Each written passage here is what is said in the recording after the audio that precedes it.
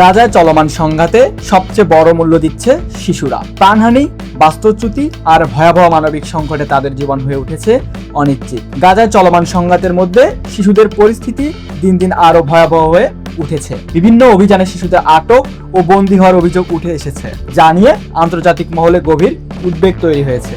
সংঘাতের প্রভাবে অসংখ্য শিশু পরিবার থেকে বিচ্ছিন্ন হচ্ছে, কেউ কেউ আটক অবস্থায় অনিশ্চয়তার মধ্যে দিন কাটাচ্ছে।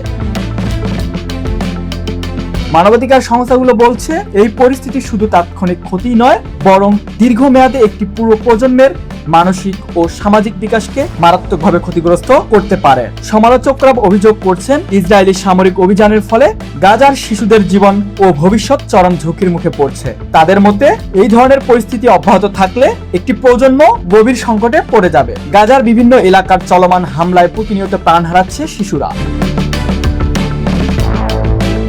ধ্বংসস্তূপে পরিণত হয়েছে ঘরবাড়ি, স্কুল ও হাসপাতাল। বেঁচে থাকা শিশুরা কাটাচ্ছে ভয়, ক্ষুধা ও নিরাপত্তাহীনতার মধ্য দিয়ে। অনেকেই হারিয়েছে পরিবার, কেউ বা আহত অবস্থায় চিকিৎসাহীনতায় ভুগছে। শিশু কার্যক্রম প্রায় স্থবির, আশ্রয় কেন্দ্র এখন তাদের দিন যাপন। একজন গাজাবাসী শিশুর আরতি, আমরা শুধু বাঁচতে চাই, আমরা আর যুদ্ধ চাই না।